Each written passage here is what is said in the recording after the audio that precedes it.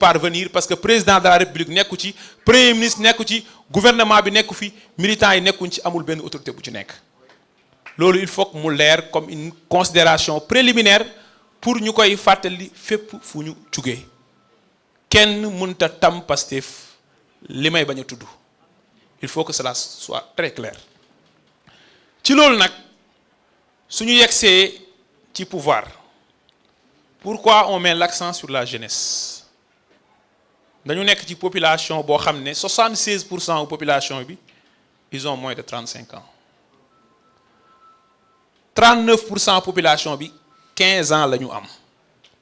damay fàttali ne loolu mooy fukki sénégalais yoo jël ñeenti ñi fukki at ak juróom la ñu am weesuwuñu ko ñu ne la 51% population bi 19 ans la ñu am ñaari sénégalais yoo jël kenn ki 19 ans la am kon nous avons une population très jeune muy beneen bi mooy bi ñu tollee ci xeex la jeunesse a payé le plus lourd tribut jigéen ñi mag ñi ñépp mais comme jeunes yi ñoo ëpp te jeunes yi aussi ñoo am force wu génn di manifester jeunes yi ñoo payé le plus lourd tribut bu ñu amee loolu nag bu ñu yegsee au pouvoir war a transformer dëkk bi kenn waru ci jiitu jeunesse bi loolu nag dafay commencer par ñetti mbir bi ci jiitu mooy la jeunesse comme force de construction la jeunesse comme force de veille citoyenne et patriotique pour la sauvegarde du projet ma tuddee ko rupture deuxième bi mooy la jeunesse moteur de changement des mentalités pour une nouvelle conception de la chose publique ma tuddee ko civisme ñetteel bi mooy la jeunesse acteur clé du changement systémique ma tuddee ko le projet ci loolu nag pourquoi la jeunesse doit être une force de veille mooy dama leen di laaj yéen lan moo waral ñii binduloo population yi ci liste électorale yi di leen wax nañu déglu campagne électorale pendant 21 jours ñi di wër di leen tànqal ci réew mi wax leen ne nañu xëy rang dem bureau de vote yi voté suba ba ngoon ñi wàññi xob yi télé yépp amuñ benn programme lu dul wax le résultat yi lan mooy njëriñu loolu bu fekkee askan wi dañuy voté pour ñu préserver les mêmes systèmes est-ce que jar na askan wi di voté damay laaj bu fekkee nit ñi dañu fas yéene dee pour am ñi ñu fi jëlee indi fi ñeneen ñooñu bu ñu naree ñëw reproduire les mêmes pratiques est-ce que jaroon na nit ñi di dee pour ñoom mënoon nañu bàyyi dëkk bi autogéré wu avec les mêmes fonctionnaires et les mêmes administrations parce que nag inspecteur du trésor yi fi nekkoon ca jamono Ablaye Wade ca jamono Macky Sall ci jamono président Bassirou Diomaye Faye ak premier ministre Ousmane Sonko kenn gënu leen xam yan règle nañuy jaar pour exécuter les opérations de recettes et de dépenses pour l'État gérer quotidiennement la trésorerie de l'État émettre ay obligations du trésor ñi fi nekk inspecteur des impôts ci jamono yépp amul acteur politique xanaa nga nekk inspecteur des impôts ko ñoom bu leen gën a xam yan règle nañuy def pour déterminer assiette taux ak mode de recouvrement impôt ñi fi nekk ay magistrats ci 1960 ba léegi amul acteur politique bu leen gën a xam naka nañuy def ba appliquer texte de loi bu ñu déférer seen kanam ay litige mais bu ñu askan wi di rayante pour am ñu ñu fi jëlee pour am ñu ñu fi teg mooy nit ñi rupture nañuy xaar Pastef mën na pêcher fépp ba mu des ci li mu digaaleeg sénégalais yi mu def ko loolu nag c'est la jeunesse qui doit être cette force pour veiller à la traduction fidèle du projet tel que cela a été présenté aux Sénégalais et à la jeunesse du pays parce que comme ni ma ko waxee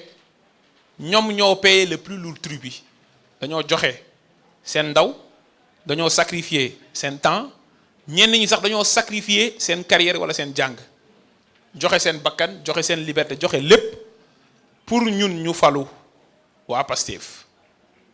kon bu ñu yegsee premier rôle si ñun mooy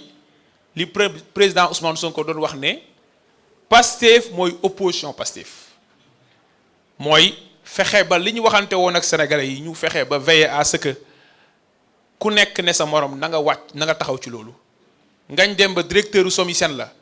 bis buy gérer ci secteur extractif bi d'une façon boo xam ne bokkul ak li Pastef waxoon parce que Pastef dafa waxoon nañ am souveraineté sur nos ressources naturelles Babacar Ndiaye en tant que élu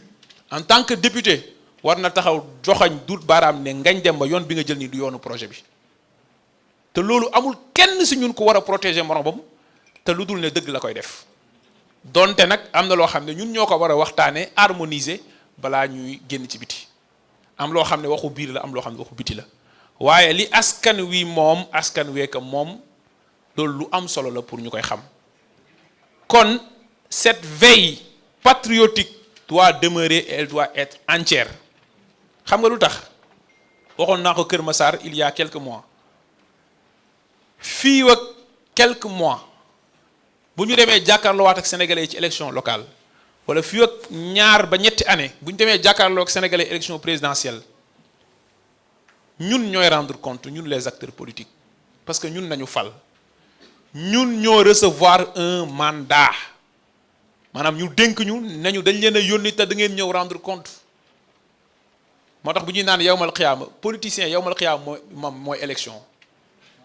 oui li am yawmal xiyaama moo fi am waqifuhum innahum mas'uluun taxaw leen fii yéen nañu joxoon responsabilité kaa leen rendre compte kon Pastef dafa am devoiru bañ a cuubu bu ñu cuubu de te bañ a cuubu nag mooy lan parti bi garder le socle de son idéologie imma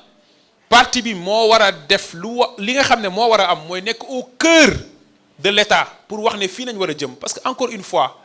c'est le politique qui guide l'administratif et non pas le contraire wax ne ah ñun de lii mooy suñu gis-gis ci justice comme ni ko professeur Sidi Alpha Ndiaye waxee keroog ci texam bi si ñetti fondement yi nga xam ne moo guidé yenn réformes yi li ci jiitu mooy ginnaaw histoire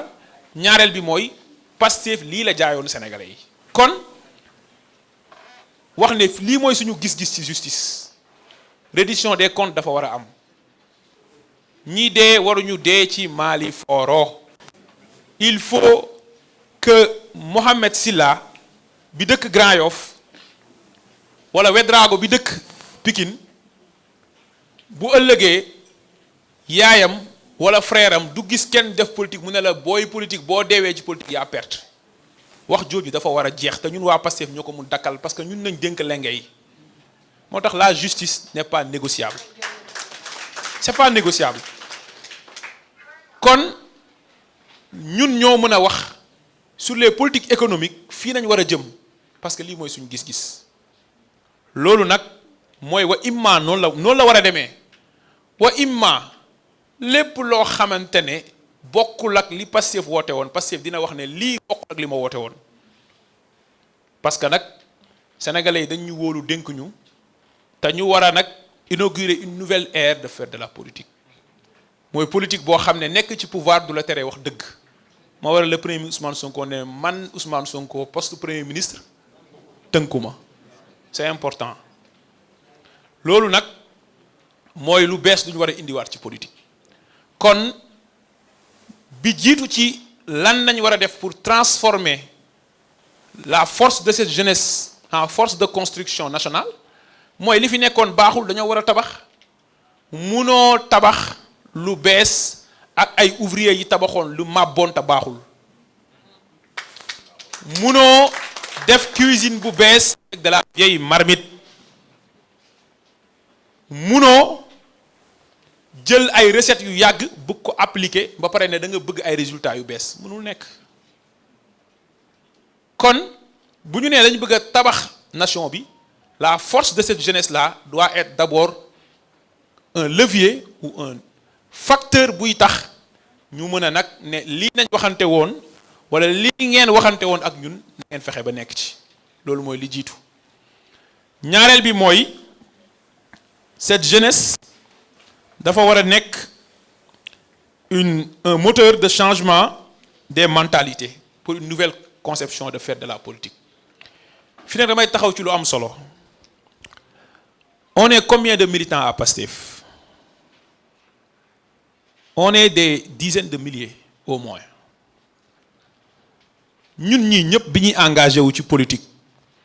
ñu bëri si ñun seeni famille wala seeni mbokk d'accorduñ ci woon parce que sénégalais yi niñ gisee woon politique la. président Ousmane Sonko wax na ko bi ko ñoom Matar Sène ak ñeneen ñëw seetsee pour mu jiite un parti politique lu mu leen wax politique dafa salte kon loolu mooy réflexe naturel bépp sénégalais boo xam ne am nga valeur. bi ñu demee ba teg Pastef fitna bi ñu ko teg mu leer la ni yow mi bokk Pastef bracelet sax boo ko takkee mun nañ laa tëj ci kaso bi te kaso mooy li gën a néew lu la ci mun fekk boo doon liggéey sa liggéey mun nga koo ñàkk boo dee cadre doo am benn promotion te mën ngaa ñàkk sax sa liggéey ñun ñëpp on a vécu ay pression sociale yu jugee fépp dëgg la wala dëgg waa ñu yor ay responsabilité publique tey ma leen di laaj ñu toog fii sama côté continuer woo leen di subir la même pression sociale. Oui am na ñoo xam dañu jàpp ne soxla yëpp yaa ko war a faj il faut dire non il faut refuser xam nga lu tax dama dem dinañ ma baal ma trahir secret bi dama ànd ak Jean-Michel Sène sama frère d'ailleurs waroon na ñëw fii mais dafa am empêchement ñu nekk seen kër añ ba pare ñu dugg si néeg yaayam di waxtaan ak moom mu wax ñu wax ju am solo mu ne ñu gis ngeen politiciens yi ñu fi tëj dañ bokk ci département Mbour bii nii nekk côté bii wala ñi leen ñu topp ci ay dossiers judiciaires ñi daan topp seen ginnaaw ñi leen di jox xaalis ñooñu tey ñooy wër naan ñoom ay sàcc nañ te xaalis boobu mu ñu doon sàcc ñoom lañ ko doon jox. kon cette pression sociale boo xam ne parfois elle est négative am ñu jàpp ne ressources publiques dañ ko war a jël séddoo koog nit ñi waa Pastef dañu war a dire non pour inaugurer encore une fois une nouvelle façon de faire de la politique. moo tax ma wax ne jeunesse bi nag ñooy war a nekk force wala moteur pour changer encore une fois les mentalités. mooy li président Ousmane Sonko di wax ne ku bëgg a nekk milliardaire demal nga entreprendre bu dee donnoo xaalis bi mais mënuloo ko amee en étant DG en étant ministre en étant premier ministre en étant député en étant président de la République ou président d'institution loolu il faut que mu leer et loolu nag ñun jeunesse bi nekk ci Pastef ñi am poste comme ñu amul poste ñoo war a inciter responsable yi am ay mandat public. Quand je dis mandat waxuma mandat électif lépp loo xam ne responsabilité publique la ci ñu tegu ci loolu pas ñi nekk source de pression wala moyen de pression seen kaw li may wax leer na nañ ñi te xamante nañ bu baax suñ biir kon loolu dañ ci war a góorgóorlu bu baax a baax pour changer les mentalités ki ñuy juger te mu nekk autorité investi d'une mission publique